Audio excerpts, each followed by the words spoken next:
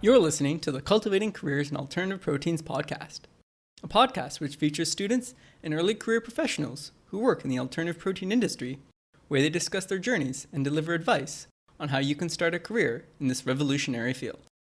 I know I always say that this episode's guest is unique, but this episode's guest is also very special to me, as I had the pleasure to work alongside her. Brenna Taylor is the Senior Supply Chain and Logistics Manager at Rebellyous Foods, a plant-based chicken nugget startup based out of Seattle. Her role there has evolved from operations coordinator to supply chain manager to her current position. Prior to working at Rebellyous Foods, Brenna was the corporate campaigns coordinator at the Humane League. She has a Bachelor's of Science in Biology with a minor in Political Science from Old Dominion University and an MBA with a focus on supply chain from the University of Maryland. And now on to our conversation, where Brenna and I discuss what it was like being the first employee at a startup, how she realized her passion for supply chain and logistics work, and how she overcame the challenges she faced while doing a master's while working full-time. Welcome, Brenna, to the Cultivating Careers in Alternative Proteins podcast. I am very delighted to have you on the show today. You're one of the first guests that I've actually met with before and actually had the pleasure to work alongside, and I appreciate you willing to take the time today to share your experiences. Well, thank you so much for having me, Jeffrey. It's a pleasure to be here. All right. Well, as a starting point, maybe we can start off with how you really developed an interest in alternative proteins. Yeah, absolutely. So I grew up in Montana, so I'm kind of a lover of animals and nature. I love nature documentaries. When I was a kid, every week I would have a new passion. I'd be a zoologist or a biologist or an entomologist. So I always knew that I wanted a career that was animal oriented. So I ended up getting my undergrad in biology and political science because I thought maybe I would do wildlife conservation policy or something along those lines. And actually, during my undergrad, for my senior thesis, the topic I chose was animal agriculture's impact on Amazon deforestation. And spoiler alert, animal ag is the leading cause of Amazon deforestation. So in writing that thesis and kind of doing more research on the impact of factory farming, I began to realize that all of the things I care most about, helping animals, reducing animal suffering, protecting and restoring our natural environment, climate change, biodiversity. All of these things I care about could be best served by addressing factory farming and providing an alternative to that. So by the time I graduated, I knew that was my track. I knew that was the career I wanted to be on, but I wasn't really sure what that could look like in practice. So I spent a lot of time learning more about career opportunities, got really interested in effective altruism, worked various jobs, just trying to build transferable skills and doing lots of volunteering. And that led to a job for me working at the Humane League, which is an international animal welfare nonprofit focused on ending the abuse of animals raised for food. And they're animal charity evaluator top recommended charity. They're a very high impact nonprofit. So it was very exciting to finally be in a position where my job was aligned with my values. And I was finally getting to kind of live out that mission I had set forth after my undergrad degree. But I just kept getting more interested in other solutions and approaches. And obviously, ending factory farming is going to take a myriad approach. So I was really continually drawn to the part of solution that involves creating alternative proteins. I just really believe that until we have a one-for-one solution, it's going to be really hard to create meaningful change in society. So I just kind of kept that path open, learning more about alternative proteins on my own time, to attend events and connect with people in the industry. And eventually that networking led me to an opportunity with Rebellyous Foods. Right. And that leads perfectly into my next question, which was, how did you eventually meet Christy Legale, the CEO of Rebellyous Foods? Yeah, so Christy is the CEO and founder of Rebellyous Foods. We're a plant-based meat company located in Seattle. And I had actually crossed paths with Christy at a few animal activist events in the Seattle area. I got to know her really well at the Humane Society's Humane Lobby Day, where you visit the state capitol and promote animal welfare-oriented legislation. And Christy and I were in the same voting district. So we got to spend a lot of time together that day and saw that we live close by. We have a lot in common. We're both really interested in the alt protein space. So we stayed in touch, and Christy was actually doing a lot of speaking at various events on the topic of alternative proteins, because at the time she was a senior food scientist at the Good Food Institute. So I attended those events, became better acquaintances and friends, and I got to learn about her interest in starting a plant-based meat company. And I was like, well, let me know how I can help. And little tasks would start to come up where I could help pull some research data for her as she's building pitch decks and kind of turning this idea into a business plan. And eventually that grew into an invitation to join her in May of 2018. It was so incredible. And I will say it really taught me that it's just great to always be open and kind of seeking out opportunities and just continue to explore and follow your interests. You never know where these serendipitous connections can lead to like a life-changing opportunity. Oh yeah, absolutely. And it just emphasizes the importance of networking and always offering help to people, because it's kind of a you scratch my back, I scratch yours type of thing. And if you show someone that you've proven that you're worth it to them, it can, as you noted and from your experience, lead to an actual job. Yes, exactly. So if I recall correctly, you were employee number 1 of the company. Yes, that's correct. It was just Christy and I at first, and it's just been an opportunity of a lifetime. I mean, getting to see her vision grow into reality and see someone actually build something from nothing has really been absolutely incredible and very inspiring. Right. So what was your role when you were first brought on as employee number 1? I got to do a little bit of everything. At first, it was just her and I. We didn't have HR or sales or anything. So I really got to help with everything. Christy went through Y Combinator that first year of the company's growth to get our first rounds of funding. And I got to support her heroic efforts in that, to helping with some of our first sales demonstrations. And then we started to collect more people on the team and build out a small little team for production at a commissary kitchen. So we were just renting out table space on a daily basis to start to make the product by hand. And I got to see us, making each nugget by hand, to now we're available to over 2 million school kids across the country through the school nutrition lunch program. So it's just been really incredible. And in terms of career development, I think working at a startup is just the best personal and career development accelerator, because the amount of challenges and tasks and scope and pace of work that you could take on in a month at a startup just pales in comparison to the work environment at a typical, more established company. And then it also gave me the opportunity to kind of dabble in every aspect of the business until I found my home in supply chain and logistics, where I really feel like my skill set aligns and my passions and interests really all come together.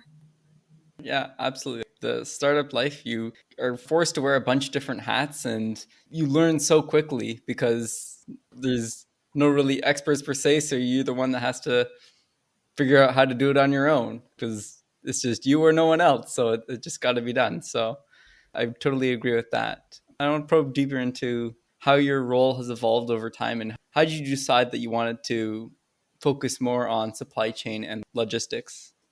Well, I've always been quite a planner and an organizer, and I kind of like working behind the scenes just to coordinate things. So once our production team started growing and the work for sourcing and material planning and distribution became bigger and bigger, to where that could be enough work just for one person or one department, I really was drawn to that behind the scenes orchestration. So now I get to help oversee our whole supply chain, from sourcing and to distribution to getting the finished goods out from the production to our customers. And I just really enjoyed it. And I think supply chain and logistics is a very overlooked but incredibly exciting part of the business. And not only is it kind of the heart of company operations, I mean, nothing could keep moving if our supply chain isn't efficient and keeping on time and keeping lean, but it also, what I love most about it is that it provides infinite opportunity to create and do more good. And that kind of goes back to my drive to have the biggest impact and looking at effective altruism and things like that. And that's because the majority of a company's environmental footprint comes from the supply chain. So if you're in the supply chain and you're constantly iterating, you can be making the whole business better and better over time by improving your supplier code of conduct or sustainable sourcing or regenerative sourcing. So I think it's kind of an underlooked area, but it's just a wealth of opportunity to help the business have the biggest impact for good. And now with technology, there's so many exciting platforms out there to help supply chains do this.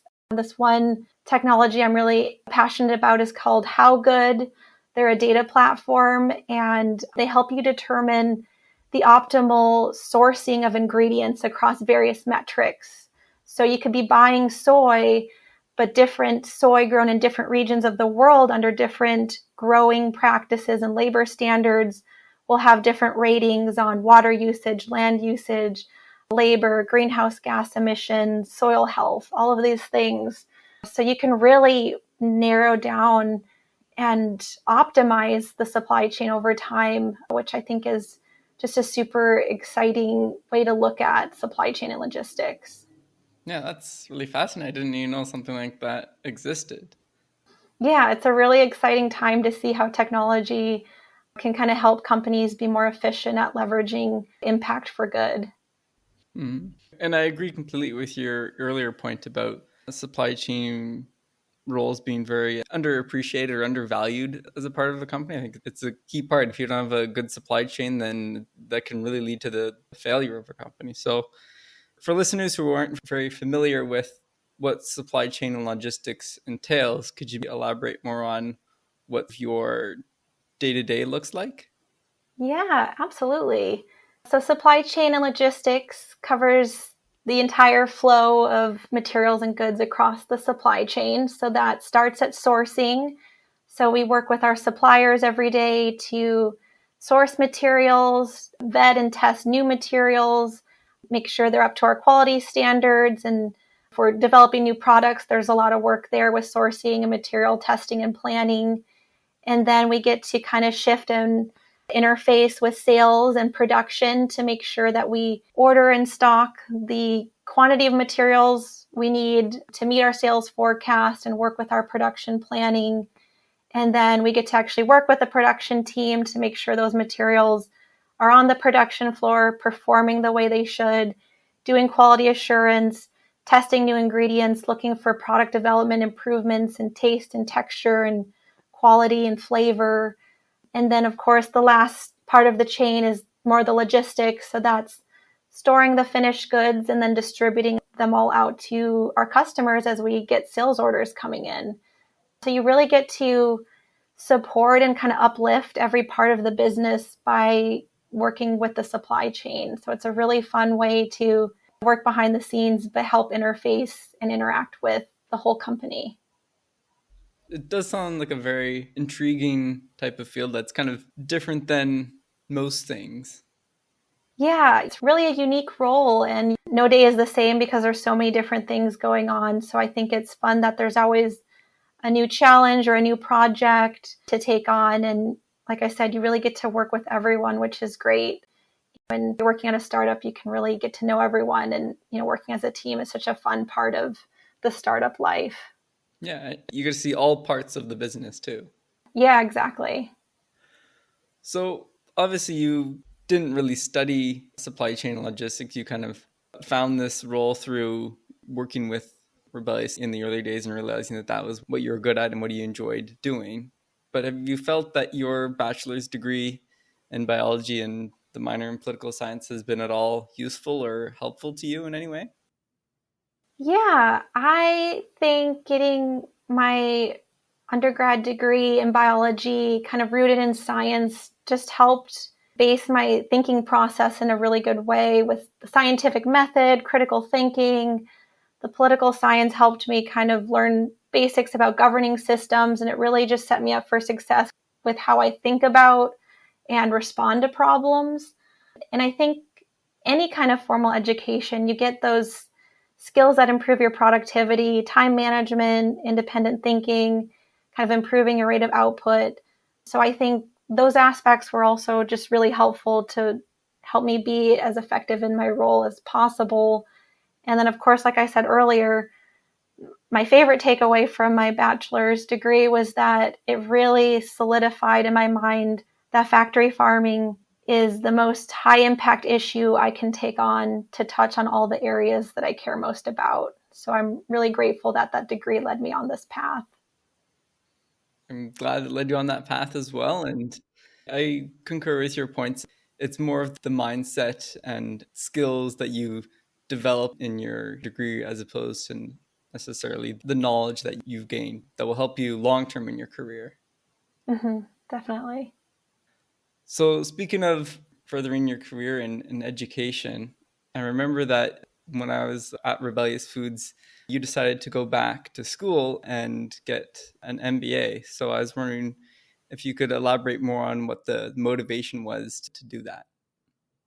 Yeah, absolutely. So, yes, I did decide to go back and get my MBA with a concentration in supply chain management.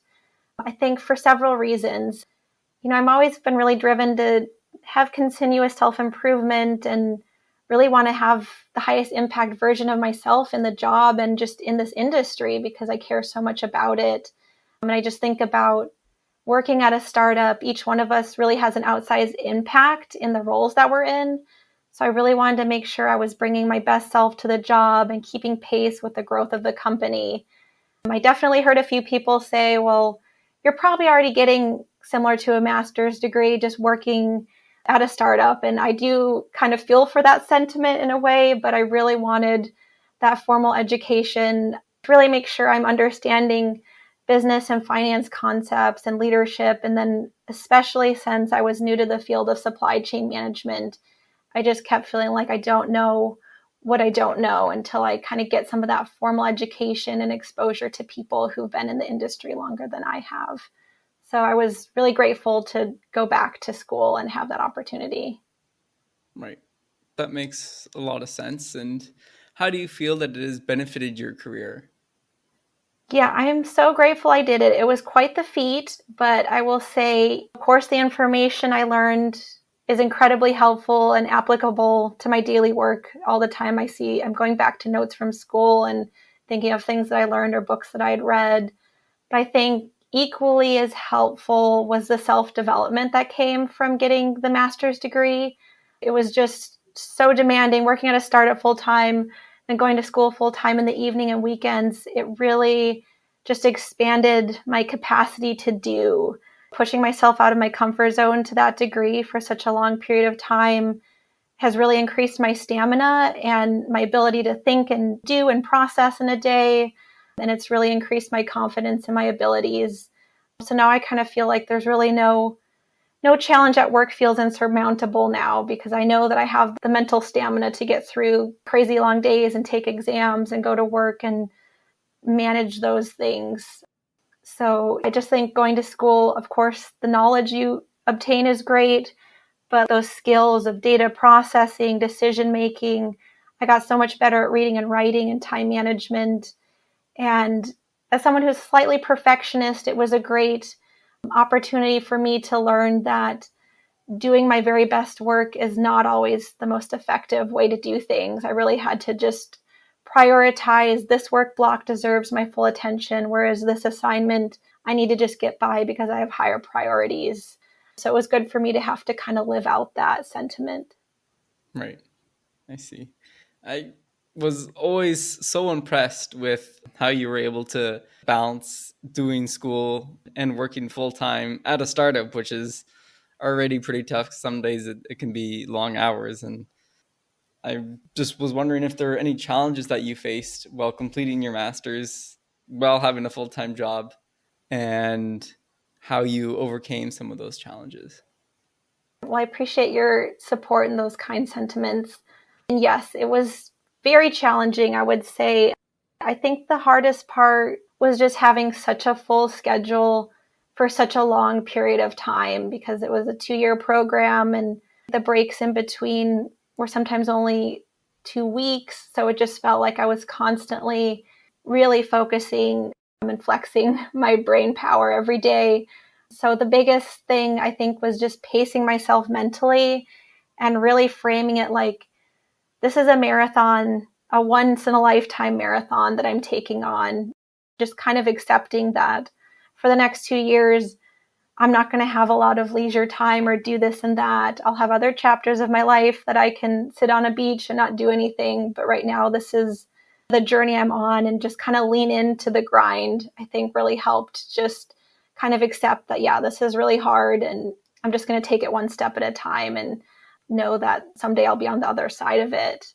So yeah, I had work blocks on my calendar for everything from school to work to personal life. And I would just be like, what do I need to do this hour?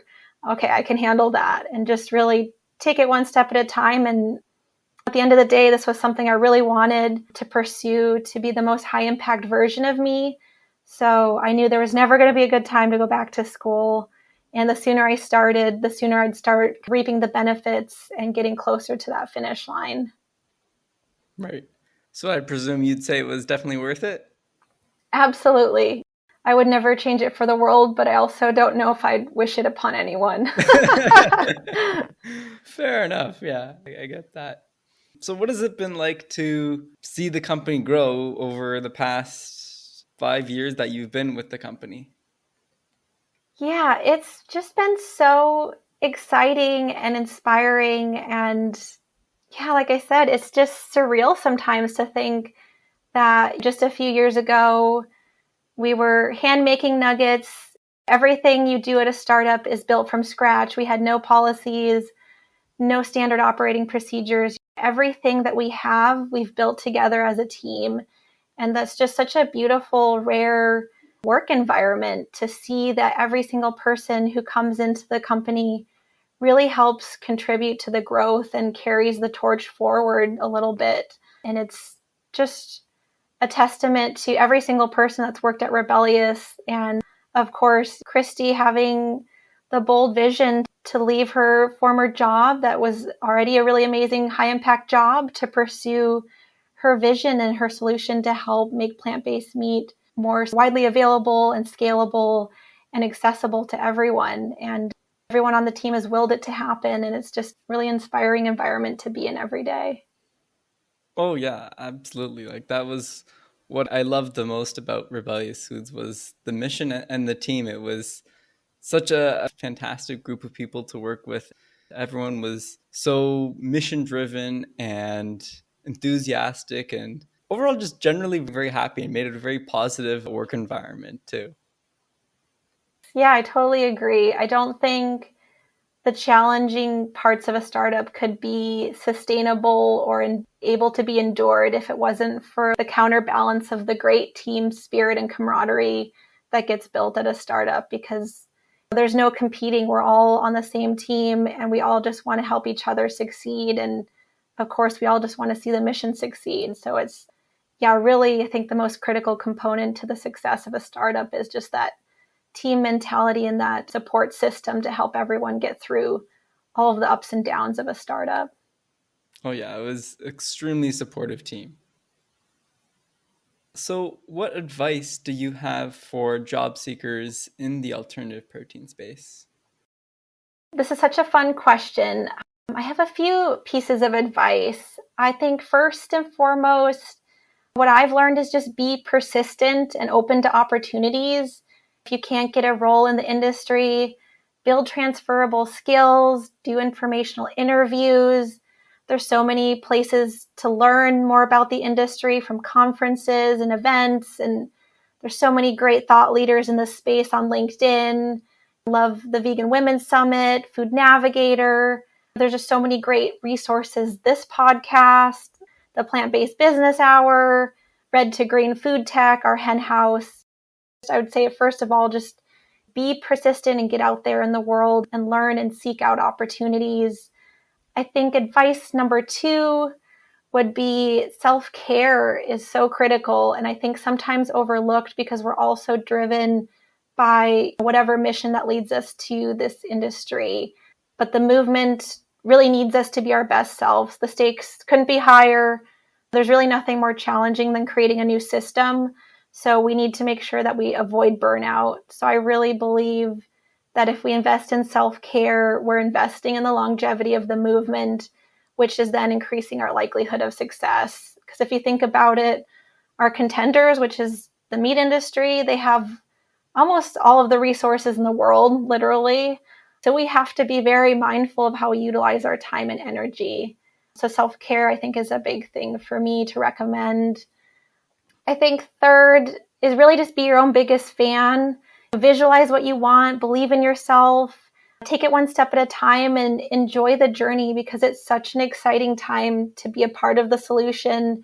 And I don't think there's an industry that has more incredible and fascinating and compassionate and passionate people to work with. So just really take that all in and enjoy that. And then lastly, something that Christy Legale has said that really stuck with me is change happens by those who show up. So right now, the meat industry is defining our food system. They're making profits, they're externalizing costs, and they're doing a lot to maintain the status quo. And it's really long overdue for a new perspective to have a seat at the table and offer a more humane, sustainable, and health-conscious approach. So it's time people are interested in that. They should join. And all skill sets are needed to make alternative proteins the new status quo. So I think everyone who is interested in this cause should pursue it and help us move that effort forward. Yeah, absolutely. And those are all fantastic pieces of advice. And speaking of roles and moving this industry forward, I know Rebellyous Foods is actively hiring, and maybe you can speak to some of the roles that Rebellyous is looking for and where people should apply if they're interested. Yes, absolutely. They can check out our job section on our website. So that's just rebellyous.com. And it's spelled Rebellyous. We'd love to have some fun and not take ourselves too seriously. So if you go to our website, go to the job section, there'll be descriptions and links to apply directly there. We're hiring for director of engineering, a senior food scientist, a senior financial data analyst, and also there's a section to just apply for general interest. So if those roles don't align with your skill set, I definitely encourage people to fill out the general interest form and create that touch point, because as a startup, we're constantly changing our plans, and one day we don't need something and the next day we do. So if we already have someone on our radar who's interested in Rebellyous and has a certain skill set, that can go a long way to the next job opportunity. And I would be remiss if I didn't say Rebellyous is at a very exciting phase of growth. Our goal is to deploy our novel equipment to get our products to price parity with chicken in the next year. So I strongly encourage people to check out our jobs. Yeah, absolutely. And I'll definitely put a link to that in the show notes for people who are interested and want to apply. And yeah, there's plenty of roles available, and the other interest form is a great opportunity for people who think they have something to contribute. Yes, absolutely. And I'll just add that Seattle is a beautiful city. It doesn't actually rain as much as people think it does there. The mountains there are so great and the summers are beautiful. So it's a very appealing city for anyone who wants to move there. Would definitely recommend.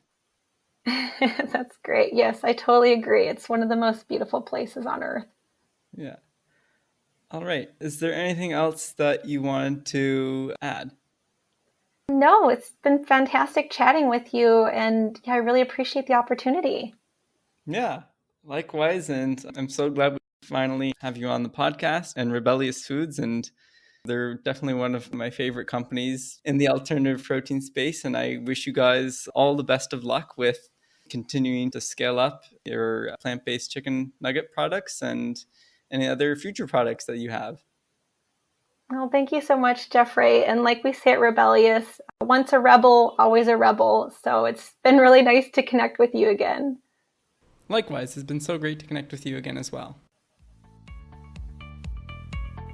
Brenna's story illustrates that joining companies early on is an easy way to quickly learn what you're good at and find a role that suits you best. This is yet another reason why there's a place for everyone, including you, to be a part of the alternative protein revolution. If you want to learn more about careers in the alternative protein industry, please follow the Cultivating Careers in Alternative Proteins podcast on Instagram for weekly posts about episode releases, alternative protein resources, job boards, career advice, and so much more. Also, Talist now has a blog where they dive deep into the job market and roles within the alternative protein industry. A link is provided in the show notes.